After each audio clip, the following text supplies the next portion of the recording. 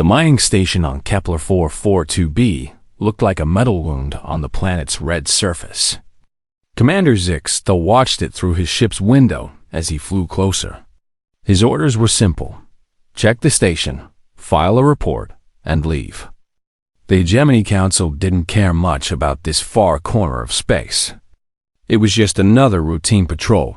Zixtel landed his ship near the main building. The station was quiet. Too quiet. His forearms moved over the control panel, checking the sensors. Life signs showed inside the building, but something felt wrong. He stepped out of his ship. The air was thin but breathable. His boots made soft sounds on the dusty ground.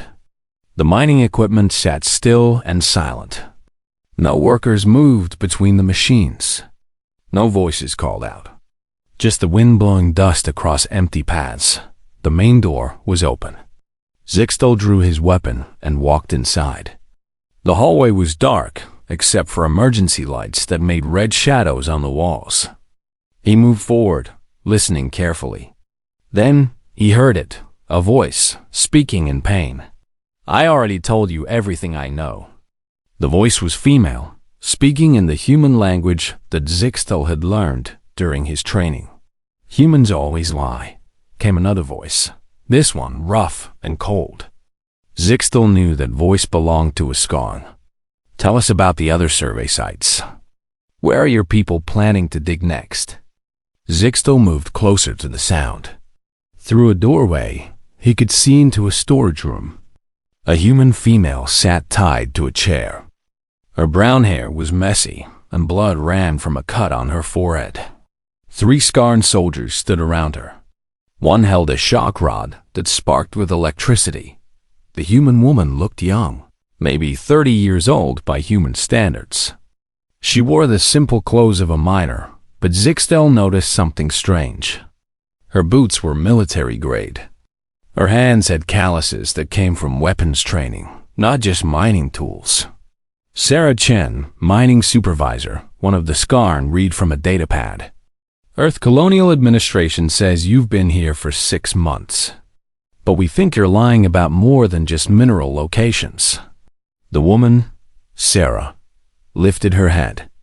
"I dig rocks and file reports. That's all I do." The Skarn with the shock rod moved closer. "Wrong answer." Zixtel felt something twist in his stomach.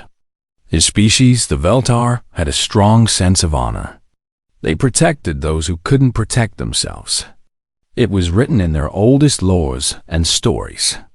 But his orders were clear. Don't get involved with primitive species affairs. The shock rod touched Sarah's shoulder. She screamed and her body went stiff. The Skarn laughed. Zixtel's hand tightened on his weapon. The Veltar honor code was older than the Hegemony Council. Older than his orders. "Please," Sarah whispered. "I don't know anything else." The second Skarn spoke. "The Hegemony wants to know how far humans plan to spread. Your people have been moving through space too fast, too organized. We need to know your real plans." "We just want places to live," Sarah said. "New worlds for new families. That's all. Lies." The shock rod sparked again. Zixtel made his choice. He stepped into the room with his weapon raised. "Release the prisoner." The 3 Skarn turned toward him. They were big, even bigger than Zixtel. Their skin looked like gray leather and their teeth were sharp. But Zixtel had fought Skarn before. "Commander Zixtel," the leader said, "this is Hegemony business." "Walk away," I said. "Release her." The Skarn leader smiled, showing those sharp teeth. "You want to start a fight over one human?" They breathe like insects. There are billions of them. There is one here. She's under my protection now. The leader nodded to his soldiers. They raised their weapons. Zixtel was ready. The fight was fast and violent. Zixtel's 4 arms gave him an advantage. He could fire his weapon while using his other hands for cover and movement. The first Skarn went down quickly. The second tried to use Sarah as a shield, but Zixtal's aim was perfect. The third Skarn got close enough to swing a blade, but Zixtal caught the arm and broke it in less than 2 minutes. All 3 Skarn were dead. Zixtal cut Sarah's ropes with his knife. She rubbed her wrists and looked at him with dark eyes. "Thank you," she said quietly. "Can you walk?" She stood up, a little shaky but strong. "Yes. Who are you?" "Commander Zixtal of the Hegemony fleet. I will take you to safety." Sarah picked up a small device from the floor, her datapad. Zixtal noticed it was more advanced than normal mining equipment. The screen showed maps and numbers that looked like survey data, but there was something else. Symbols and codes that seemed military. "Is there anyone else here?"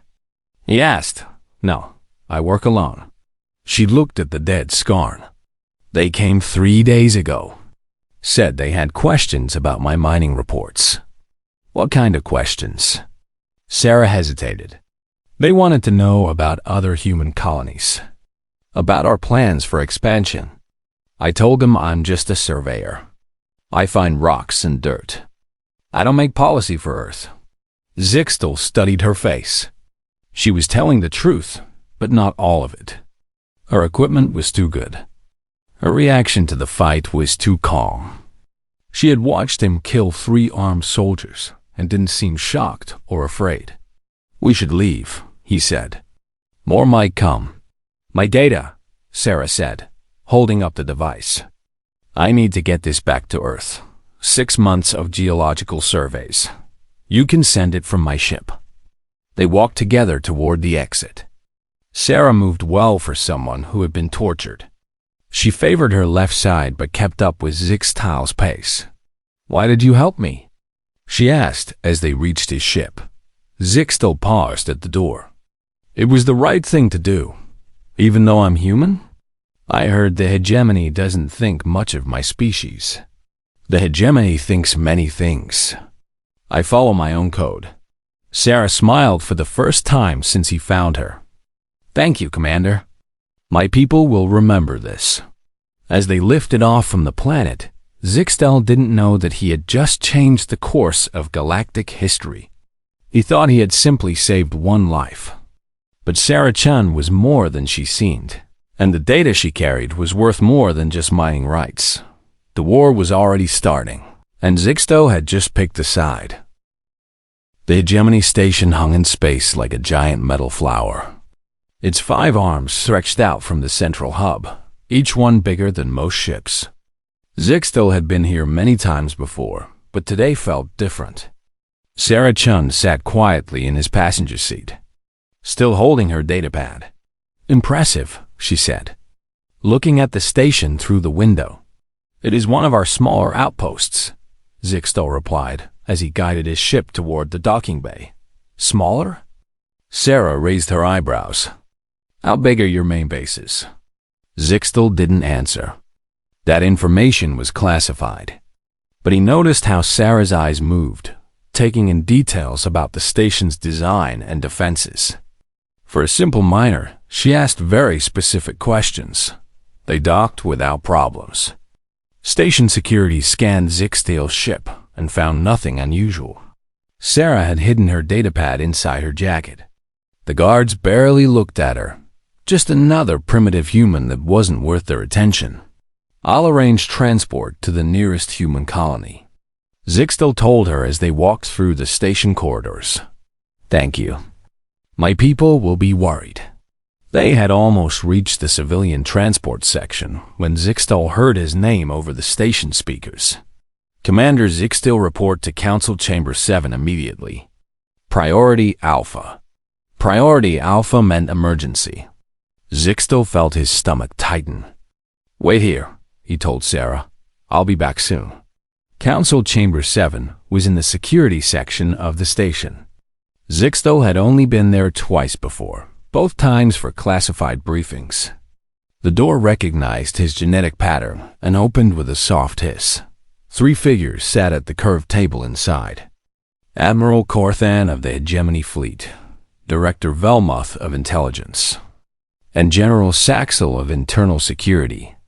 This was not a routine meeting. Commander Zixtil, Admiral Corthan's voice was cold. Please explain why you killed 3 Hegemony operatives yesterday. The words hit Zixtil like a physical blow. Sir, they were Skarn soldiers attacking a civilian.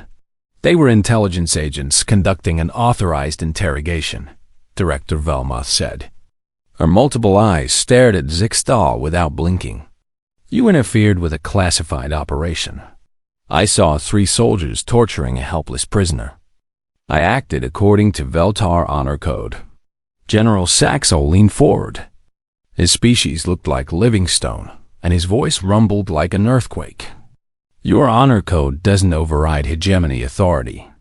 Those agents were gathering critical intelligence about human expansion activities. The woman was a miner. She was conducting geological surveys. The woman, Admiral Corthan said slowly, is Sarah Chun, Chief Colonial Scout for the Earth Administration. She has personally selected 47 worlds for human colonization over the past 8 years. She carries in her head the complete strategic plan for human expansion in this sector of the galaxy. The chamber went quiet. Zixtil felt the blood drain from his face. That's not possible. She said she was just a mining supervisor. Humans are very good at lying, Director Velmoth said. We have been monitoring their expansion for decades. They move slowly, carefully, but with clear purpose. Every new colony is placed strategically. Every trade route is planned. Every diplomatic contact is recorded and analyzed. They're preparing for something, General Saxel added. We don't know what, but their behavior patterns suggest military planning. Long-term military planning. Admiral Corthan activated a holographic display. Stars and planets appeared in the air, connected by glowing lines. This is human space 12 years ago. The display changed. This is human space now. More stars, more connections, spreading like a growing web. And this is our projection for the next 50 years. The web covered a third of the known galaxy. We have been working to slow their expansion, Director Velmoth continued. Subtle sabotage. Economic pressure. And when necessary, direct interrogation of key personnel. Like Sarah-chan. She was supposed to disappear, General Saxel said. The mining station was attacked by pirates. Tragic accident. No survivors. But instead, you saved her and brought her here. Zixtil's mind raced. If she's so important, why was she alone on a mining station? Because humans use their most valuable people as bait, Admiral Corthan said. They knew we were watching. They sent their chief scout to an isolated location, knowing we would try to capture her. They wanted to see how we would react. And now they know, Director Velmoth added. Thanks to you, they know we consider them a threat. They know we've been interfering with their expansion. They know we're afraid of them. The element of surprise is gone, General Saxel rumbled. Decades of careful intelligence work, ruined. Zixtil felt sick. I was trying to save an innocent life. There are no innocent humans, Admiral Corthan said. Their entire species is a weapon. They breed fast, adapt quickly, and never give up. Every human colony is a potential military base. Every human trader is a potential spy.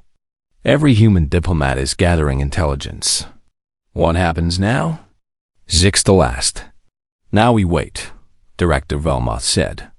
Sarah Chun is probably sending her report to Earth at this moment. Soon, the human leadership will know everything that happened. They'll know we tortured one of their people. They'll know we consider them enemies. Will they declare war? The 3 senior officers looked at each other. Finally, Admiral Corthan spoke. Humans don't declare war the way other species do. They don't send formal challenges or make dramatic speeches. When humans decide to fight, they simply start fighting. And they don't stop until they win. How long do we have? Zixtil asked. Unknown, General Saxel said. Human military doctrine favors long preparation periods, followed by overwhelming coordinated attacks. They might move tomorrow. They might wait 10 years. But they will move. Your actions have consequences, Commander, Admiral Corthan said. You chose to save one life. You may have doomed billions. Director Velma stood up. Report to detention, level 5. You're confined pending a full investigation. As security guards escorted Zixto from the chamber, his last thought was of Sarah Chun. Where was she now? Had she really sent a report to Earth? And if she had, what would happen next? He had saved her because it was the right thing to do. But right and wrong seemed much more complicated now. In the civilian section of the station, Sarah Chun finished encrypting her message and sent it toward Earth through a quantum communication relay. The message contained more than just her geological surveys. It contained detailed scans of the Hegemony station, security protocols, and personnel files she had accessed while Zixto was in his meeting. She looked out the window at the stars and spoke quietly to herself. Message sent. Phase 1 complete. Beginning Phase 2. The war had already started. The Hegemony just didn't know it yet. The message came exactly 7 days after Sarah Chum left the Hegemony station. It didn't arrive through normal diplomatic channels or trade networks. Instead, it broadcast simultaneously across every Hegemony communication frequency in the galaxy. Admiral Corthan was reviewing patrol reports when every screen in his office went black. Then words appeared, written in perfect Hegemony standard. The formal language used for all official business. To the Hegemony Council and all member species. We are the humans of Earth. You have sanctioned the torture of our citizen, Sarah Chun. You have declared yourselves enemies of humanity. We are coming. The message was short, simple, and absolutely terrifying. Corthan immediately contacted the other members of the Emergency Council. Within an hour, they were gathered in the main briefing room. Representatives from 12 species sat around the holographic display table. All of them looked worried. How did they penetrate our communications? Demanded General Saxel. Director Velmoth manipulated her datapad with 6 thin fingers. They didn't penetrate anything. They overrode everything. Every relay station, every military frequency, every civilian network. The signal came from everywhere at once. That's impossible, said Ambassador Thekra of the Mindari Consortium. No species has that level of technological coordination. Apparently humans do, Velmoth replied. They're bluffing, Admiral Corthan said, but his voice didn't sound confident. Humans have maybe 50 worlds and a few hundred ships. We have thousands of worlds and millions of ships. They can't threaten the entire hegemony. Sir, a young officer interrupted from the communication station. We're getting reports from across the galaxy. Human ships are moving. Moving how? All of them. Every human vessel we've been tracking has changed course in the last 6 hours. Civilian transports, trade ships, exploration vessels. They're all converging on staging areas near Hegemony borders. Director Velmus's multiple eyes widened. How many ships? We don't know, sir. Our estimates may have been wrong. Admiral Corthan felt cold fear in his stomach. Show me the tracking data. The holographic display changed to show known space. Little dots represented ships, blue for Hegemony vessels, red for human ships. There were far more red dots than there should have been. This can't be accurate, Ambassador Thekra said. We've been monitoring human ship construction for decades. What if we've been monitoring decoys? Velmoth asked quietly. The room went silent. General Saxel leaned forward. Explain.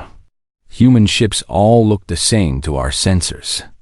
Modular construction, similar energy signatures, standardized hull materials. What if they've been building real warships disguised as civilian vessels? For how long? Admiral Corthan asked. Since first contact, probably. 37 years. A new voice spoke from the communication station. Sirs, we have another problem. Economic centers across the hegemony are reporting market instabilities. What kind of instabilities? Commodity prices are collapsing. Trade agreements are being canceled. Banking networks are experiencing coordinated attacks. It started about an hour ago, and it's spreading. Admiral Cortham called up financial data on his personal screen. The numbers were catastrophic. Critical materials were becoming worthless overnight. Currency exchange rates were swinging wildly. Supply chains were breaking down. This is economic warfare, he said. Humans have been embedding themselves in our economic systems for decades.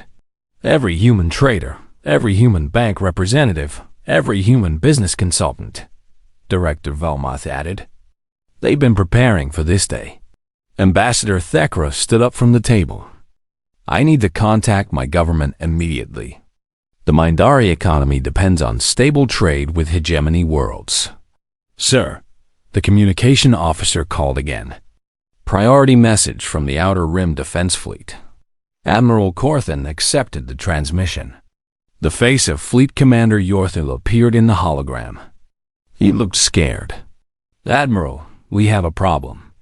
The humans at Epsilon Station have taken control of our orbital defense platforms. That's impossible. Epsilon Station only has a small human trade delegation. 12 humans, sir. But they've somehow gained administrative access to our entire defense grid. They're demanding we evacuate the system within 72 hours. How many humans are in the system total? According to our records, about 3,000 civilians scattered across various trade outposts and research facilities. And they've taken control of defenses that protect 2 billion hegemony citizens? Yes, sir. Admiral Corthan cut the transmission and looked around the table. Every face showed the same expression. They had all badly underestimated humanity. Get me intelligence reports on every human in hegemony space, he ordered. I want to know where they are, what they're doing, and how long they've been there. Director Velmoth worked quickly on her data systems. The results appeared on the main display within minutes. Red dots marked human presence throughout hegemony territory. There were thousands of them. They're everywhere, General Saxo said. Research stations, trade posts, diplomatic missions, cultural exchanges.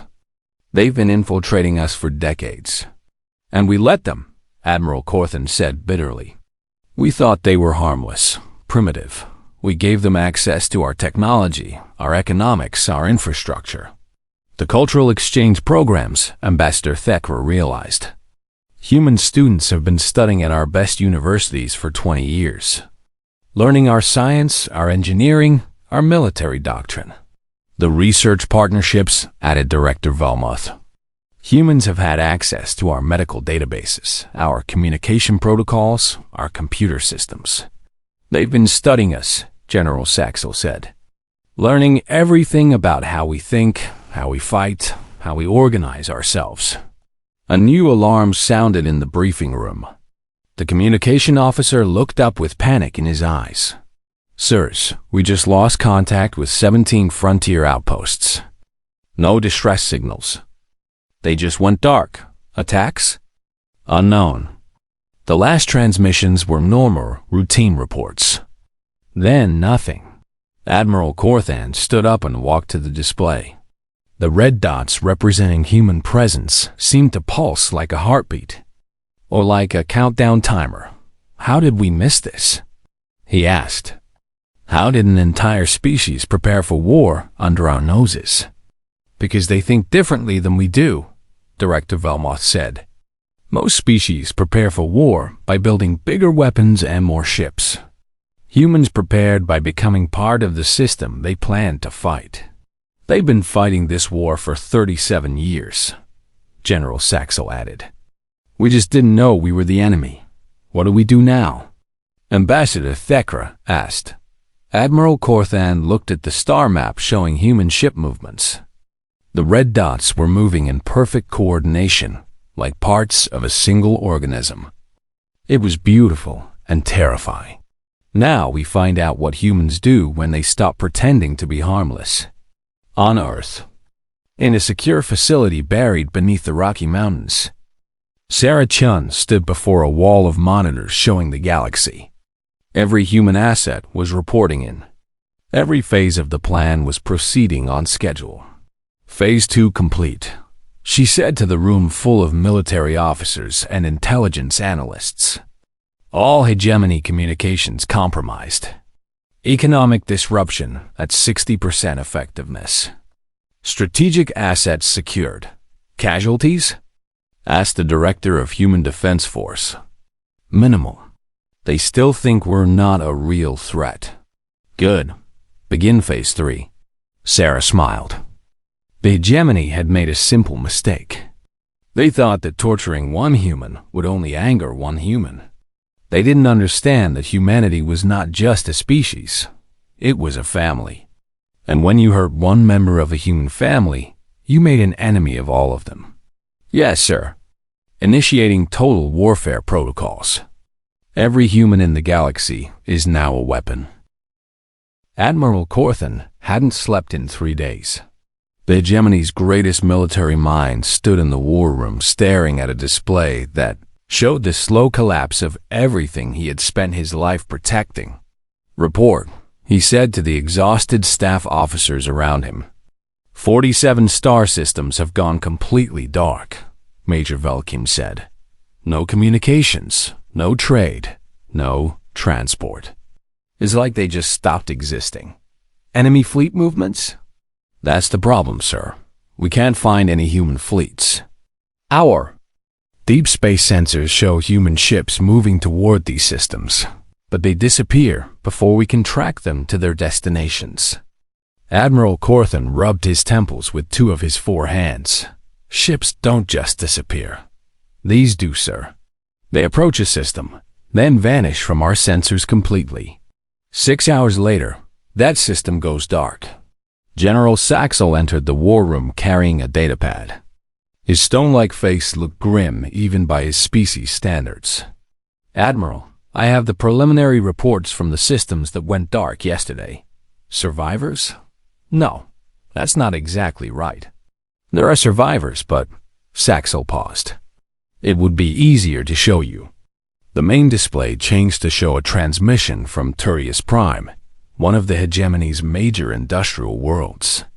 The image was shaky, clearly recorded on a personal device rather than official equipment. A hegemony citizen appeared on screen. His species looked like tall, thin reptiles with green-scaled skin. He was clearly terrified. This is Administrator Kexel on Tertius Prime. The humans. They didn't attack us the way we expected.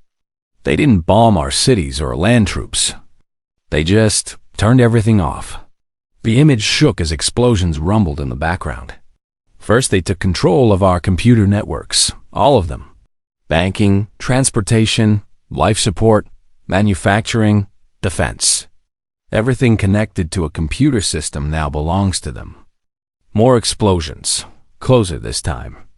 Then they started changing things. Factory machines began making weapons instead of consumer goods. Transportation systems rerouted everything to human-controlled areas. The power grid began shutting down piece by piece. The administrator looked directly into the camera. But the worst part is what they did to our people. Somehow they accessed our medical databases. They know everything about our biology, our psychology, our social structures. They're broadcasting targeted propaganda directly to different groups. The transmission cut to static. How many worlds lost like this? Admiral Corthan asked. All of them. General Saxel replied. Every system that's gone dark follows the same pattern. The humans don't destroy infrastructure. They take control of it. They don't kill populations. They turn them against their own governments. Impossible. You can't control an entire star system with computer viruses. You can if you spend 40 years secretly building backdoors into every major system, Director Velmuth said as she entered the war room. We've been analyzing the human infiltration pattern. Every piece of technology they've sold us, every software update they've provided, every consultation service they've offered, all of it contained hidden access codes. She activated a holographic display showing the galaxy. Watch this. The display showed time-compressed data of human technological integration into hegemony space over the past 4 decades. Human systems connected to hegemony networks like growing vines, spreading through trade routes, research partnerships, and cultural exchange programs. They've been building a shadow infrastructure inside our infrastructure, Velmuth continued. Every time we adopted their convenient communication protocols or their efficient logistics software, we gave them deeper access to our core systems. Admiral Corthan stared at the display. How did our intelligence services miss this?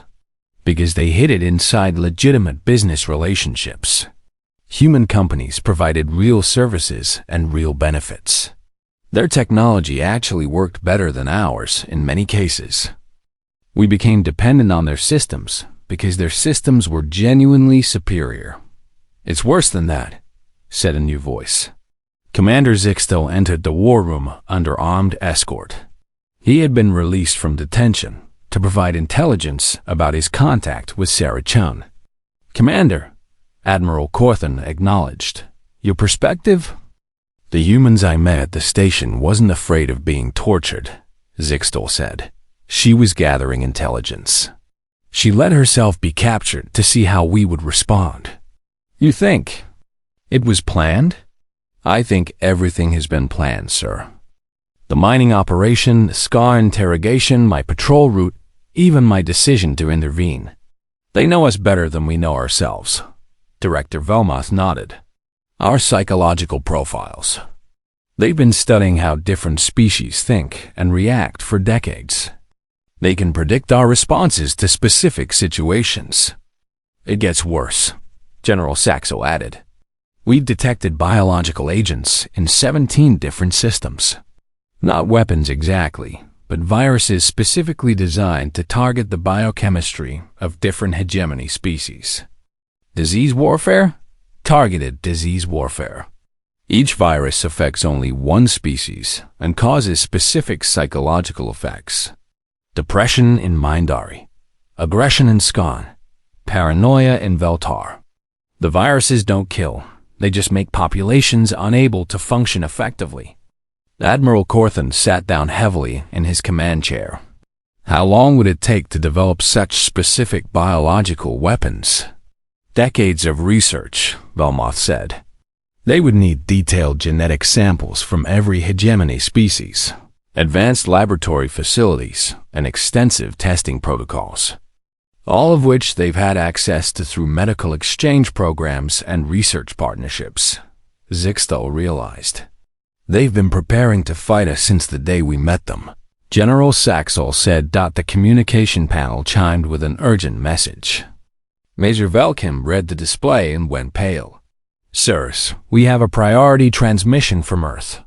They're requesting direct communication with the Hegemony High Council. Patch it through, Admiral Corthan ordered. The main display activated and showed a human female in military uniform. She stood in what appeared to be a command center with dozens of humans working at computer stations behind her. Admiral Corthan, I am Director Sarah Chan of Earth Defense Force. We need to talk. Admiral Corthan felt his blood freeze. It was the same human Zixtel had rescued, but she looked completely different. No longer a helpless victim, she radiated authority and confidence. You lied about who you were, he said. No, Admiral. I told you exactly who I was. I am Sarah Chung. I do conduct geological surveys. I just didn't mention that I also design military strategies for the complete conquest of hostile civilizations. What do you want? To prevent unnecessary suffering. The hegemony has 48 hours to surrender unconditionally. If you surrender, we will ensure fair treatment for all hegemony citizens and allow your species to maintain cultural autonomy under human administration. And if we refuse, Sarah's expression didn't change. Then we will demonstrate why every intelligent species in this galaxy will eventually choose to join the human family voluntarily or be absorbed involuntarily. You're outnumbered 1,000,000 to 1. Numbers only matter if you're fighting the same kind of war, Admiral. We're not fighting your war. You're fighting ours. And you've been losing for 40 years without knowing it. The transmission ended. Admiral Corthan looked around the war room at his senior staff. They were the best military minds the Hegemony had produced. They commanded fleets that could destroy star systems. They had never lost a war. Options? He asked. We could try to fight, General Saxel said without conviction. How do you fight? An enemy that controls your own weapons? We could try to negotiate, suggested Director Velmoth. From what position? They hold all the advantages. We could surrender, Commander Zixtel said quietly. Everyone looked at him. I've been thinking about human psychology since my encounter with Sarah Chun, he continued.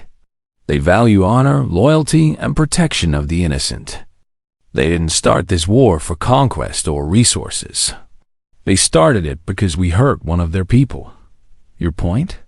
Admiral Corthan asked.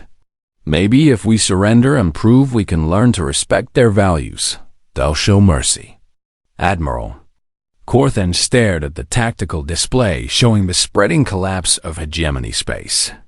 Every option ended in human victory. The only question was how much destruction would happen before they admitted defeat. Prepare a message to the High Council, he said finally.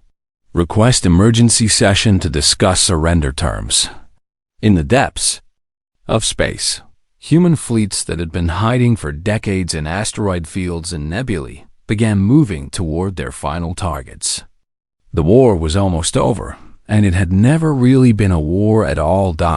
It had been an execution. Commander Zixtel woke up in a cell that was too clean and too comfortable to be a normal prison. The walls were white metal with soft lighting. A bed with real pillows sat against one wall. A small table held food that smelled appealing and water that looked pure. He had been captured 3 days ago, when human forces took the Hegemony station. There had been no battle. One moment the station was under Hegemony control. The next moment, humans were walking through the corridors carrying weapons and giving orders. They had been polite but firm. Commander Zixtel? A voice said in perfect Veltar language. Zixtel looked up to see a human female standing outside his cell. She looked young, with short black hair and dark eyes. She wore a simple gray uniform without military decorations. I am Lieutenant Park. Admiral Chun would like to speak with you. The cell door opened silently. No force fields, no alarms. Just an ordinary door. Am I a prisoner? Zixtel asked. That depends on what you choose to do next, Lieutenant Park replied. Please follow me. They walked through corridors that had once belonged to the Hegemony, but now clearly served human purposes. Zixtel saw humans working alongside members of different alien species. Some he recognized as former Hegemony citizens. Others he didn't recognize at all. Who are they? He asked, pointing to a group of tall, thin beings with blue skin. Refugees from the Outer Rim. Their species was enslaved by the Hegemony about 50 years ago. We freed them last week. Enslaved? The Hegemony doesn't practice slavery. Lieutenant Park stopped walking and looked at him. What would you call forced labor with no pay, no freedom of movement, and no legal rights? Zixtel frowned. Economic development programs. The Hegemony helps primitive species learn to contribute to galactic civilization. By taking away their freedom and forcing them to work in mines and factories, they receive food, shelter, and education in return for their labor. So do slaves, Commander. The difference is choice. They continued walking. Zixtel thought about what Lieutenant Park had said. He had never questioned the Hegemony's economic development programs. They had always been presented as charitable efforts to help younger species. They entered a large room with windows that looked out into space. Admiral Sarah Chun stood with her back to them, watching ships move past the station. She turned when they entered. "Commander Zixtel, thank you for coming. Did I have a choice?" "You always have choices. That's what makes you different from many of your colleagues." Sarah gestured to a comfortable chair. "Please sit. We have much to discuss." Zixtel remained standing. "Are you going to execute me for war crimes?" "What war crimes?" "I served the hegemony. I followed orders. I participated in the oppression of other species." Sarah smiled sadly. "Commander, you saved my life when your orders told you not to. You chose to protect someone weaker than yourself when it would have been easier to walk away. Those aren't the actions of a war criminal. But I served a system that enslaved entire species. So did many humans once upon a time. So did many members of every species that has ever existed. The question isn't what system you served in the past. The question is what you choose to do now that you know the truth." Sarah walked to the window and pointed to the ships outside. "Do you know what those ships are carrying?" Zixtel looked. Dozens of vessels moved in formation, some human, some clearly of alien design. Supplies, troops, refugees, former slaves being taken to new homes where they can live freely. Medical aid for species whose health was damaged by industrial work. Teachers to help educate children who were never allowed to learn. You're liberating the entire hegemony? We're liberating everyone who wants to be liberated. And we're stopping everyone who wants to keep slaves." Zixtel sat down heavily in the offered chair. "How many species were enslaved?" 47 that we know of. Probably more that we haven't found yet. The hegemony leaders said they were civilizing primitive species. Leaders often say things that make them feel better about their actions, Sarah said gently. The important thing is recognizing the truth when you see it. Lieutenant Park brought Zixtel a cup of something that smelled like the ceremonial tea from his home world. He sipped it and was surprised by how accurately the humans had reproduced the flavor. "What happens to me now?" he asked. "That depends on what you want to happen. I want to understand." "Why did you start this war? Really?" Sarah sat down across from him. "Because you tortured one of our people to maintain a system of oppression. Because the hegemony represents everything humans have learned to fight against in our own history. One person? You started a galactic war over one person.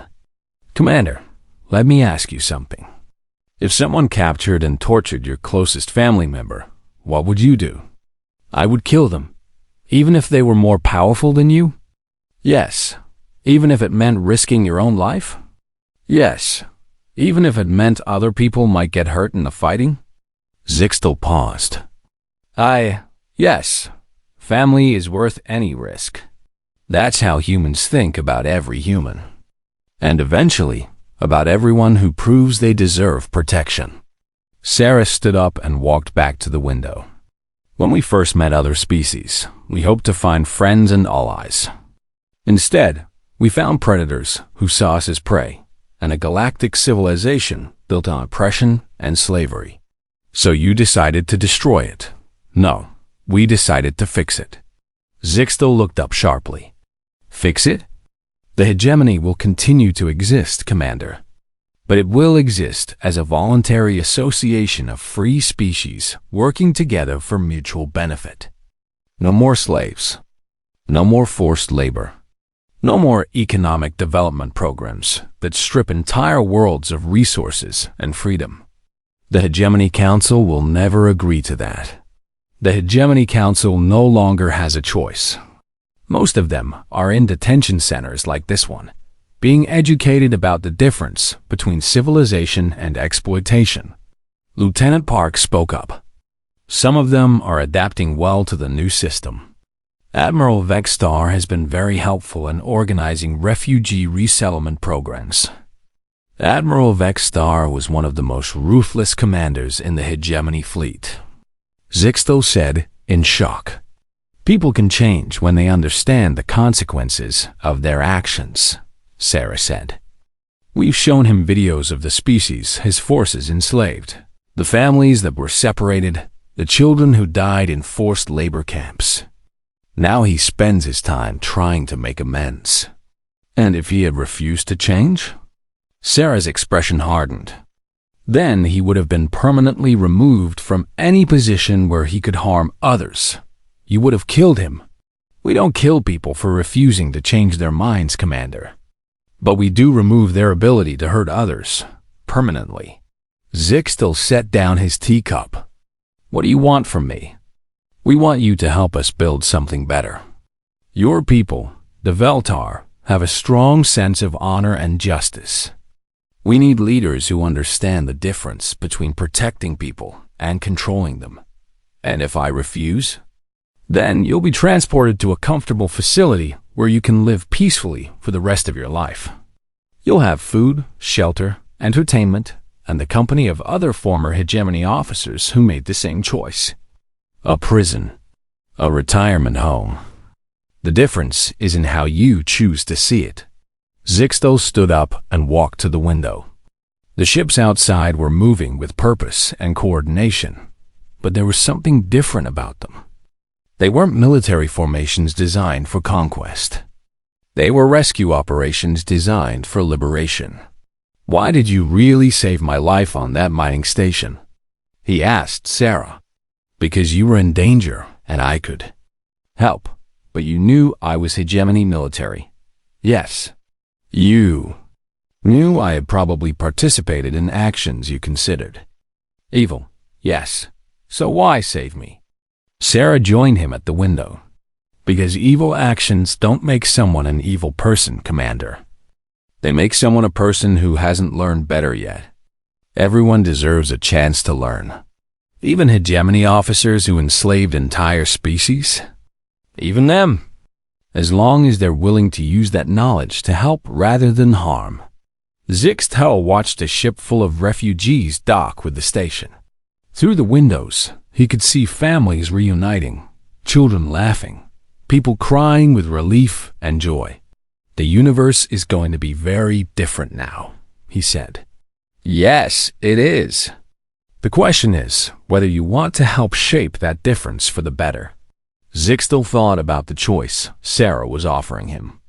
He could spend the rest of his life comfortable but powerless, or he could learn to build something better than what he had spent his life defending. What would my duties be? Help us understand Hegemony administrative systems so we can transition them to voluntary participation. Help us identify which former Hegemony officials can be trusted with authority and which ones need to be removed. Help us design new governance structures that protect individual freedom while maintaining interstellar cooperation. You want me to help dismantle everything I once served.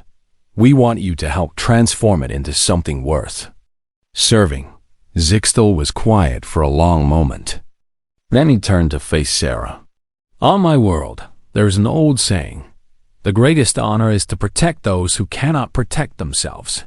I thought I was doing that by serving the Hegemony. I was wrong.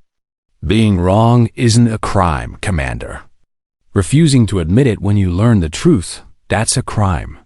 I accept your offer, Admiral Chun. I will help you build this new galaxy. Sarah extended her hand in the human gesture of agreement.